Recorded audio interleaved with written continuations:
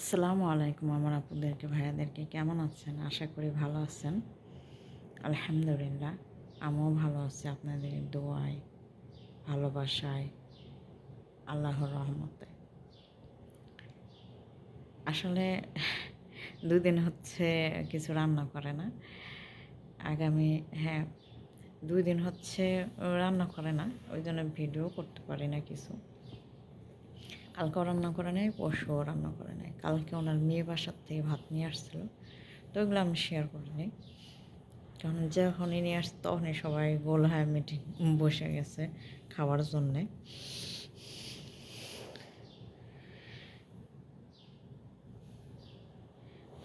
আজকে কি বলবো বলা কী যে বলবো আমি নিজেও জানি না। কিন্তু একটা কথা বলি, কালকে তো অনেক কিছুই বলছি, অনেক কিছুই বলছি যে কেমন স্বামী হলে কি হলে না হলে এগুলো অনেক কিছু বলছি কালকে। গেছে কাল স্বামীদেরকে নিয়ে একটা কথা বলছি, গল্প শোনাইছি আপনাদের। আজকে আর একটা গল্প শোনেন। মানুষ এমনই একটা জিনিস, যে কোনো জিনিস জোর করে আদায় করা যায় না। সব জিনিসই কারো কাছ থেকে কোনো কিছুই আদায় করা যায় না জোর করে। মানুষের ভেতর থেকে অর্জন করে নিতে হয় সব কিছু, যেই হোক না কেন সে, মা কন, বাবা কন, ভাই কন, বোন কন, স্বামী কন, সন্তান কন, কিংবা স্ত্রী কন, যেটাই হোক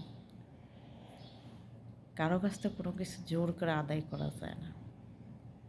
যেমন ধরেন, এই দুনিয়াতে আল্লাহ তাআলার সৃষ্টি যখন আদম হাওয়াকে বলছে, তাদের ভিতর থেকেই তাগের সূত্র ধরেই এই পর্যন্ত আসছে। যতদিন দুনিয়া থাকবে ততদিনে থাকবেই সেই সূত্রটা ধরেই থাকবে।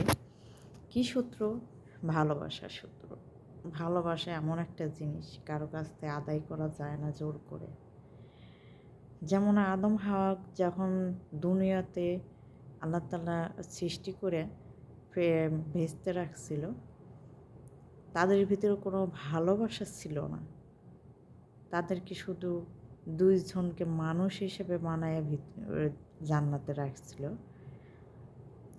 আল্লাহ তাআলা আগে বানাইছে বাবা আদমকে যখন বানায়া রাখছে ভেস্তর ভিতর, তখন দেখে শুধু একা একা চুপচাপ থাকে, কারোর সাথে কথা বলার মতন সাথী নাই, কেউ নাই। তখন আল্লাহ তাআলা তখন আদম মা হাওয়াকে বানালো। মা হাওয়াকে যখন বানিয়ে আদমের পাশে রাখলো, এখন দেখে দুইজনে কোনো কথাও বলে না, কিছুই না, কারোর সাথে কেউ কোনো কথা নেই, চুপচাপ থাকে।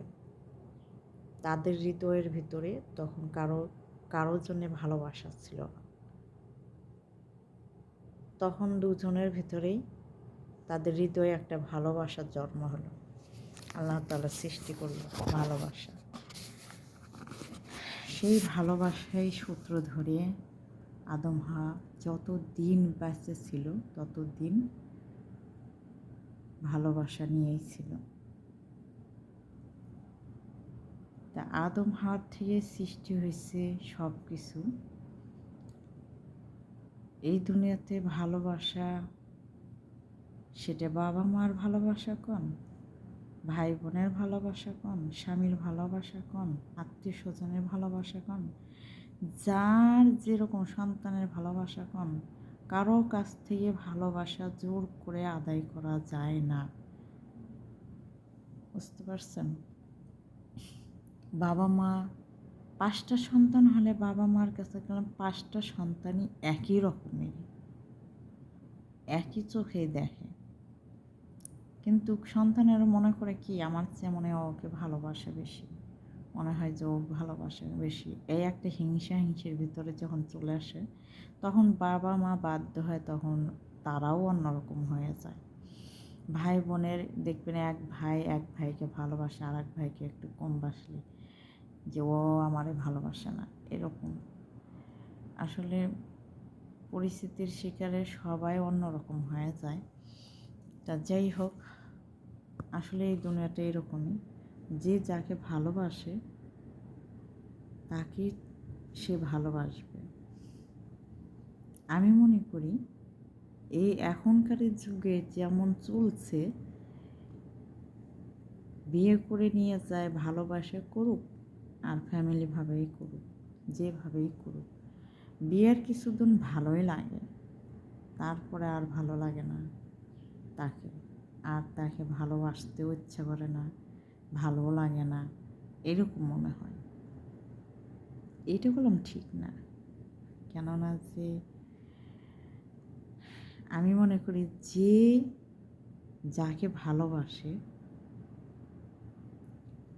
সেই যদি তাকেও ভালোবাসে, তাহলে এখানে কোনো দ্বন্দ্ব থাকে না। আগেকারের মানুষগুলো অনেক ভালো ছিল। এখনকার যত যুগ যাচ্ছে ততই কেমন যেন উল্টোপাল্টা হয়ে যাচ্ছে। আগেকারের যুগে ভালোবাসা, প্রেম প্রীতি এগুলো যে করছে, এগুলো খাঁটি ছিল। এগুলো একজনের সাথেই করছে, একজনকে নিয়ে আজীবন সংসার করে খাইছে, যতদিন বেঁচে থাকছে। এরকম ছাড়াছাড়ি, এরকম ডিপোজিট, এইগুলো কোনো কিছুই আগে অতটা ছিল না।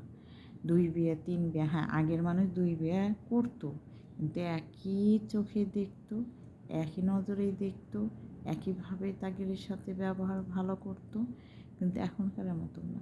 এখনকার মানুষেরা কী করে, 2 বিয়ে করলেই বড় বউ যা হয় হোক গা, তার সাথে কোনো সম্পর্ক রাখার দরকার নেই, ছোট বউ নিয়ে নাচানাচি।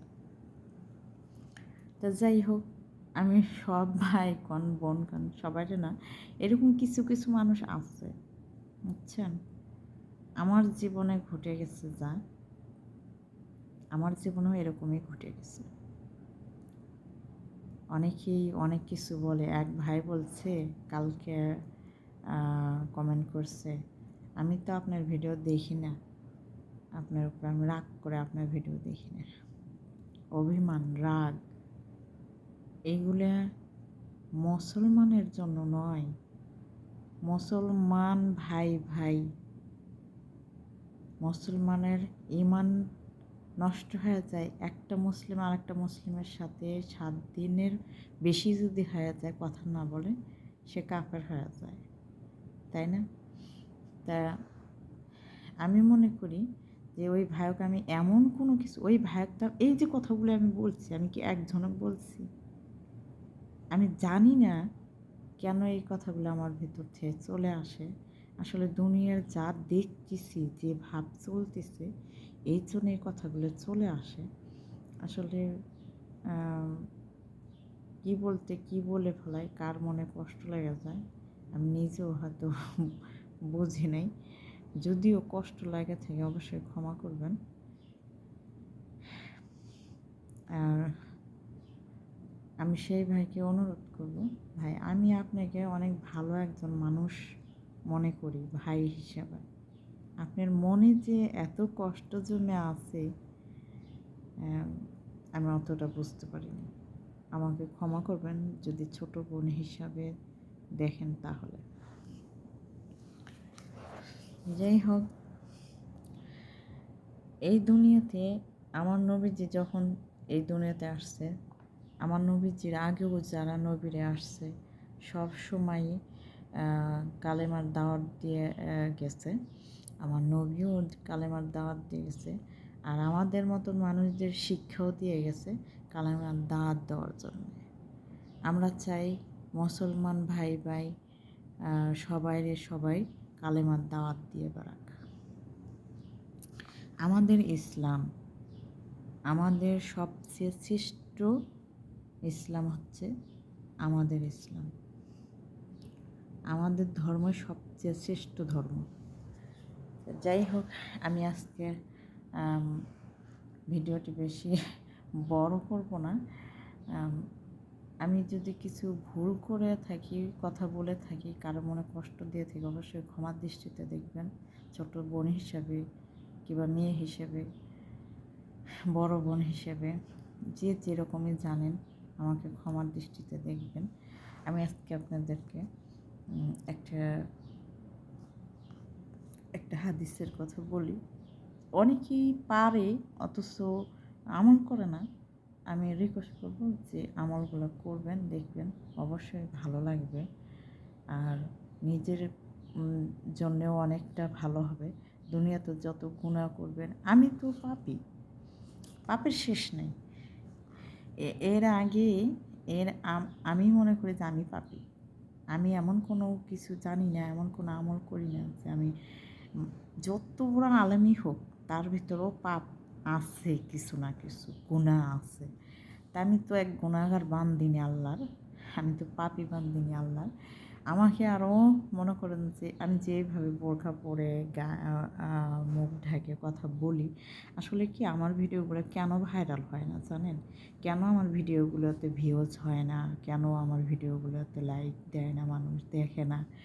আসলে তারা পছন্দ করে না এইভাবে। এই একজন তো ডাইরেক্ট বলেই ফেলাইছে, বস্তা পরে বস্তা পরে ভিডিও করলে কি কেউ দেখে? বস্তা, আমি নাকি বস্তা পরে ভিডিও করে? আমি যেরকম বস্তা পরে ভিডিও করতেছি, আমি এইরকমই করে ভিডিও বানাবো। আল্লাহ তাআলার ইচ্ছায় যদি কেউ দেখে দেখবে, না দেখে না দেখবে। আল্লাহ তাআলা হাত দিচ্ছে, পা দিচ্ছে, কর্ম করে খাওয়ার শক্তি অবশ্যই দিচ্ছে। মানুষ না খায় কখনো মরে না। রেজিকের মালিক আল্লাহ। কার রেজিক কোথায় আছে, কেমন হালে আছে, কীভাবে চলবে, সেটা একমাত্র আল্লাহই ভালো জানে, তাই না? তা যাই হোক, আমি আপনাদের সাথে প্রতিদিন রাতে ঘুমানোর আগে 6টা আমল করে ঘুমাবেন, দেখবেন। যদিও ঘুমের মাঝে অনেকেই আছে, আমার বাবাই তো ঘুমের মাঝেই মারা গেছে, অনেকেই এরকম ঘুমের মাঝে মারা যায়। যদি ওই রাতের বেলা ঘুমের মাঝে মারা যায়, সে বেনি হিসেবে জান্নাত পাবে। তো 6টা আমল হচ্ছে কি, কালেমা পড়ে ঘুমালে, কালেমা পড়ে ঘুমালে যদি কেউ মারা যায়, তাহলে তার মৃত্যু হবে শহীদি মৃত্যু। 2, দরুদ শরীফ পড়ে ঘুমালে মৃত্যুর পরে দরুদ শরীফ হবে সুপারিশকার। 3, ঘুমানোর দোয়া পড়ে ঘুমালে সারা রাত ইবাদতের সওয়াব পাওয়া যায়। 4, আয়াতুল কুরসি পড়ে ঘুমালে ফেরেশতারা সারা রাত পাহারা দেয়। আমার কথা বুঝতে পারছেন? আসলে আমার এখানে লাইটের আলোটা খুবই কম। 5, 21 বার বিসমিল্লাহির রহমানির রহিম পড়ে ঘুমালে প্রতিটি নিঃশ্বাসের জন্য নেকি লেখা হয়। আর 6 নাম্বার হচ্ছে ইস্তিগফার। আস্তাগফিরুল্লাহাল্লাযী লা ইলাহা ইল্লা হুয়াল হাইয়ুল কাইয়্যুম ওয়া আতুবু ইলাইহি। এই দোয়াটা পড়বে। এই দোয়াটা পড়ে ঘুমালে কি হয় জানেন? এই দোয়াটা পড়ে ঘুমালে হয় কি, যে আপনি যে সারা রাত ঘুমানোর পরে তারপর যে ঘুম থেকে ওঠেন সকালে যখন উঠবেন, আপনি নিষ্পাপ হয়ে ঘুম থেকে উঠবেন। এই আস্তাগফিরুল্লাহাল্লাযী লা ইলাহা ইল্লা হুয়াল হাইয়ুল কাইয়্যুম ওয়া আতুবু ইলাইহি, এই দোয়াটা পড়বেন। এই দোয়াগুলো তো সবাই পারে, হয়তো পারলেও অনেকে পড়ে না, কেননা যে ঘুমানোর সময় আর অত মনে থাকে না, ঘুম আসছে ঘুমাই পড়ি এরকম মনে করে। কিন্তু অনেকেই আছে আবার মোবাইল দেখে, গান শোনে, গানে হেডফোন লাগে কানের ভিতর দিয়ে গান শুনতে শুনতে ঘুমায়।